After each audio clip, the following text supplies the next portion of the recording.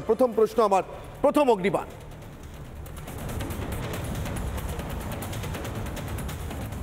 সন্দেশখালীর অস্ত্র ভান্ডারই কি তৃণমূলের অসুরের ভান্ডার? এ রাজ্যে তৃণমূল কংগ্রেস ভোট চাইতে গিয়ে বারবার লক্ষ্মীর ভান্ডার বলছে। আমরা দেখেছি দুর্গাপুজোর সময় মা দুর্গার সঙ্গে লক্ষ্মী, সরস্বতী, কার্তিক, গণেশের পুজো হয়, মহিষাসুরেরও পুজো হয়, আপনারা দেখেছেন নিশ্চয়। এমনকি তার অস্ত্রেরও পুজো হয়, তার বাহনেরও পুজো হয়, ঠিক দেবীর বাহনের মতো। তৃণমূল কংগ্রেস উপরে লক্ষ্মীর ভাণ্ডারের পুজো আর সন্দেশখালীতে বাংকারের তলায় কি অসুরের ভাণ্ডারের পুজো করে সারা বছর, 5 বছর, ভোট এলে বেশি করে।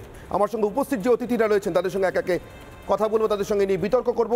যারা রয়েছেন তাদের সঙ্গে এক একে আপনাদের পরিচয় করি। আমার একদম ডান দিক থেকে রয়েছেন দেবজিৎ সরকার, বিজেপি মুখপাত্র রয়েছেন, তার পাশেই শুভজিৎ নস্কর অধ্যাপক, আমার সঙ্গে রয়েছেন অভ্র সেন, বিজেপির অপর মুখপাত্র, আমার ঠিক বাঁ দিকে রয়েছেন সৈকত গিরি, সিপিআই নেতা, রয়েছেন অনিন্দ্য সিনহা রায় এবং অনির্বাণ বন্দ্যোপাধ্যায়, রাজনৈতিক কর্মী এবং আইনজীবী, যথাক্রমে দুজনেই তৃণমূল সমর্থক।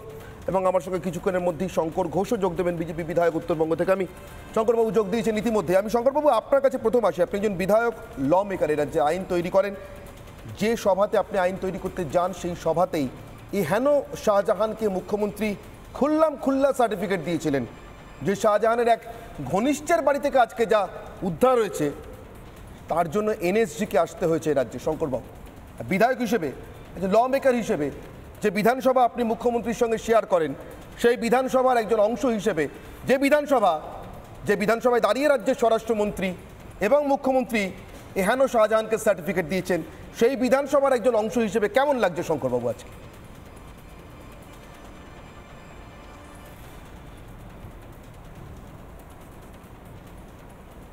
ইতিমধ্যেই যেটা আমরা বলেছি যে তৃণমূল কংগ্রেস আসলে একটি দেশবিরোধী শক্তি। মানুষের সাথে তৃণমূল কংগ্রেসের পরিচয় গণতন্ত্রকে প্রতিষ্ঠা করার কথা বলে এবং ধাপে ধাপে সততার প্রতীক, কীভাবে দুর্নীতির প্রতীকে বদলে যাওয়া, তারপরে যে মহিলাদের সাথে নিয়ে এই পরিবর্তনের সাক্ষী হওয়া, তাদের উপরে কী ধরনের অমানবিক, রুচিহীন, যা স্বাধীনতা পরবর্তী সারা ভারতবর্ষে এমনকি পৃথিবীর রাজনৈতিক ইতিহাসে মনে বিরল যে একটি রাজনৈতিক দল সংগঠিতভাবে তাদের অফিসে মহিলাদের উপর যে ধরনের ব্যবহার করতেন তা ভাষায় প্রকাশ করার নয়। এবং এরপরে যে বিষয়টি আমাদের কাছে বারবার করে উঠে এসেছিল যে তৃণমূল কংগ্রেস কি দেশের পক্ষে থাকা শক্তি না দেশ বিরোধীকে উৎসাহিত করবার শক্তি? আজকের দিনে দাঁড়িয়ে তৃণমূল কংগ্রেসের রাজনৈতিক অস্তিত্বটাই দেশ বিরোধিতার উপর দাঁড়িয়ে আছে। এর আগেও আমরা বলেছি, যখন বাংলাদেশের ভোটারদেরকে ভারতবর্ষের ভোটার হওয়ার জন্য একদম খুল্লা আবেদন জানানো হচ্ছে, সেই কিন্তু এটা আরো স্পষ্ট হয়ে এবং তার বর্ধমান হোক বা অন্যান্য বিস্ফোরণ কাণ্ডে যাদের একদম অর্থাৎ সীমান্তবর্তী অঞ্চলে লাগাতারভাবে বিএসএফকে কালিমা লিপ্ত করা, কাঁটাতারের বেড়া দেওয়ার জন্য জমি না দেওয়া এবং মৌলবাদী শক্তিকে তাদের ভরণ পোষণ, সংরক্ষণ, আশ্রয় দেওয়ার জায়গা হিসাবে তৃণমূল কংগ্রেস পশ্চিমবঙ্গকে অপরাধীদের মুক্তাঞ্চল বানানোর পাশাপাশি দেশবিরোধী শক্তির সুরক্ষিত জায়গা করবার চেষ্টা করছে। এই সরকারের অবিলম্বে পদত্যাগ করা উচিত।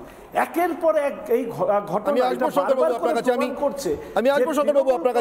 আমি অনির্বাণ ব্যানার্জির কাছে আসবো, আইনজীবী অনির্বাণ ব্যানার্জি, তৃণমূল সমর্থক আমার সঙ্গে রয়েছেন। অনির্বাণ, এই রাজ্যের বিধানসভা অনেক ঐতিহাসিক ঘটনার সাক্ষী, তার সবকিছু গৌরবের নাও হতে পারে, অগৌরবের অনেক কিছু আছে, নিশ্চিতভাবে আছে, কিন্তু তো আমি বলছি যে সব থেকে বড় অগৌরবগুলোর মধ্যে একটা হয়ে থাকবে মমতা বন্দ্যোপাধ্যায়ের এই শাহজাহানকে সার্টিফিকেট দেওয়া আজকের এই ঘটনার পর, এই ছবি দেখার পর। গতকালই মমতা বন্দ্যোপাধ্যায় যে সংঘকে রাজনৈতিকভাবে নিশানা করেছেন, তাতে আজকের একটা কিছু যে হওয়ার ছিল সেটা আমরা জানতাম। তাই এমনিতেও প্রথম কেউ কাউকে রাজনৈতিকভাবে নিশানা করলে এনএসজি আসে, আসে যে এনএসজি, দেখুন রাজ্য সরকার এনএসজি আসে, বলতে দেবেন না? তাহলে জিজ্ঞাসা করছি, আমি আবার দিলে বলবো। আমার মনে হচ্ছে আপনার সবকিছু বিজেপি অনির্বাণবাবু হাঁটছে 4 তারিখের পর অনেকে পাল্টাবে, ও ছেড়ে দিন। যেটা বলতে দিলে বলছি, বলুন। এইখানে না হয় রাজ্য সরকারের যে দল তারা দেশ বিরোধী, খুব খারাপ বিজেপি বিরোধী, যে এনএসজি, সিবিআই, এই এনআইএ সবকিছু নিয়ন্ত্রণে যে সরকার, তাদের নিয়ন্ত্রণে যে কাশ্মীর, সেই জম্মু কাশ্মীর, সেখানে পুলওয়ামায় যারা এক দানা কিছু খুঁজে পেল না, পুলওয়ামা ঘটে বেরিয়ে গেল, তারা এখানে সব খুঁজে পাচ্ছে, কিন্তু কিছু দেখাচ্ছে না, সূত্র মারফত আপনারা কিছু দেখাতে পারছেন না। ওই অনেক দূর থেকে একটা মেশিন টেশিন ঘুরে টুরে বেড়াচ্ছে। আচ্ছা, রাজ্য পুলিশের এখানে কোনো উপস্থিতি নেই, সবটাই কেন্দ্রীয় বাহিনী, কেন্দ্রীয় এনএসজি, কেন্দ্রীয় সিবিআই, সবটাই কেন্দ্রীয়। তারা মিলে একটা ফাঁকা মাঠের মাঝখানে গিয়ে পোশাক পরে ঘুরে টুরে বেড়াচ্ছে, রাতের অন্ধকারে অপারেশন করবে তারা সারাদিন ধরে। এটা কি তৃণমূলের সব থেকে বেশি জ্বালার জায়গা? না না, আমাদের কোনো দেশের পুলিশ, দেশের বাহিনী, দেশের এনএসজি, দেশের এনআইএ কেন আসবে? হ্যাঁ, না না, দেশের এনআইএ তো বটেই, দেশের এনআইএ দেশের সেনা জওয়ানদের বাঁচাতে পারে না, দেশের এনএসজি দেশের সেনা জওয়ানদের বাঁচাতে পারে না, সেই দেশের সরকার তারা অন্যদের সার্টিফিকেট দেয়, দিতেই পারে, কিন্তু 4 তারিখের পর সুরটা পাল্টাচ্ছে, বোঝা যাচ্ছে হাওয়া নেই মোদির। আচ্ছা দেবজিৎ বাবু, এটাকে ওরা রাজনৈতিক নির্বাচন, রাজনৈতিক হাওয়ার সঙ্গে তুলনা করছেন, একমত আপনি? আমার কিন্তু কোথাও কোনো মনে হচ্ছে যে এটাকে যদি একসঙ্গে একমাত্র তুলনা করা যায়, তাহলে লক্ষ্মীর ভাণ্ডারের পাশে বোধহয় অস্ত্র ভাণ্ডার দিয়ে তুলনা করা যায়, আর কিছু দিয়ে না। তাতেও বিজেপি হারবে, কি করবেন বলুন? তুলনা কি চাইছে সেটা পরিষ্কার করে বলুন। হয় এই ধরনের এটা তো মানে কোনো সন্দেহ নেই, আজকে ওখান থেকে বেশ বড়সড় অস্ত্রের ভান্ডার উদ্ধার হয়েছে। ওই ছবি এই অস্ত্রের যে ভান্ডার উদ্ধার হয়েছে, কিছু একটা অপারেশন চলাকালীন অস্ত্রের ভান্ডার উদ্ধার হয়েছে বলছেন কেন? তাহলে উদ্ধার হয়েছে বলছেন ডিম খুঁজতে? হ্যাঁ, পুলওয়ামায় কি খুঁজছিল? পুলওয়ামায় হতে পারে ডিম খুঁজছে, যে অশ্বডিম্বগুলো বিজেপি প্রসব করে সেগুলো খুঁজতে এসে হতেই পারে। হ্যাঁ, যে অশ্বডিম্বগুলো বিজেপি প্রসব করে সেগুলো খুঁজতে এসে হতেই পারে। ডিম পেরেছে, ওটা খুঁজতে? না না, আমি বলছি বিজেপি যে প্রতিশ্রুতিগুলো দেয় সেগুলো অশ্বডিম্ব পোল্ট্রির মুরগি ডিম পেরেছে, তাই বলছি তো। ডিম খুঁজতে এসেছে। এটা নরেন্দ্র মোদী যে মিথ্যা কথা পোল্ট্রি, তার ডিম খুঁজতে আমি বলছি। প্লিজ, আমি কারণ বলার সময় বলিনি, ডিস্টার্ব করব।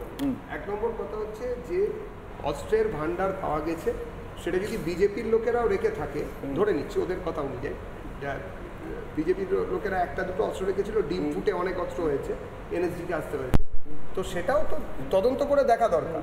সেটাকে কি সমর্থন করছেন? এটা তো এখনো পশ্চিম বাংলাদেশ বলে ঘোষিত হয়ে যায়নি যে আলাদা সংবিধান আছে, আলাদা টেরিটরি, আলাদা স্বায়ত্তশাসন ইত্যাদি, যে ওখান ঘোষণার প্ল্যানে এগুলো জমানো হচ্ছে। একদম একদম দেখুন, এইসব নিয়ে বলতে গেলে আবার সাম্প্রদায়িক বলে গালাগালি শুনতে হবে। সাম্প্রদায়িক কি আছে? আমি এর মধ্যে দেশ ভাঙার চক্রান্ত সব সম্প্রদায়। না না না, মুশকিল হচ্ছে সম্প্রদায় দিয়ে মুশকিল হচ্ছে দেশ ভাঙছে মানে ভাঙছে, দেশ ভাঙতে চাইছে ভাঙছে, যারা ভাঙছে, মানে যারা ধরা। আরে কিষেন দিকে আপনি কোন সম্প্রদায় ফেলবেন? আমি সম্প্রদায়ের কথা বলতেই রাজি নই। আমি শুধু বলছি যাদের নাম দেখা যাচ্ছে তাদের নিয়ে কথা বলতে গেলেই, যেহেতু তারা একটা নির্দিষ্ট ধর্ম সম্প্রদায়ের লোক এই মুহূর্তে দেখা যাচ্ছে, সেই জন্য সঙ্গে সঙ্গে সাম্প্রদায়িক বলে গালাগালি শুনতে হবে। কিন্তু মুশকিলটা হচ্ছে যে এই শেখ শাহজাহান এবং আজকে যে করিম নাকি যেন ধরা পড়েছে, আবু তালিব, তার বাড়ি থেকে বেরিয়েছে, তো এই যে জিনিসপত্র ধরা হচ্ছে, তাতে ওদের আপত্তির কি আছে? এনএসজি তো গিয়ে ভোটারদের ডিস্টার্ব করছে না, এনএসজি তো ওখানে তো ভোট চলছে না, এনএসজি তো গিয়ে কোনো তৃণমূলের নেতাকে, মানে এখনো পর্যন্ত বড় নেতাকে তো ধরেনি। আপত্তিটা বুঝি, ব্যাপারটা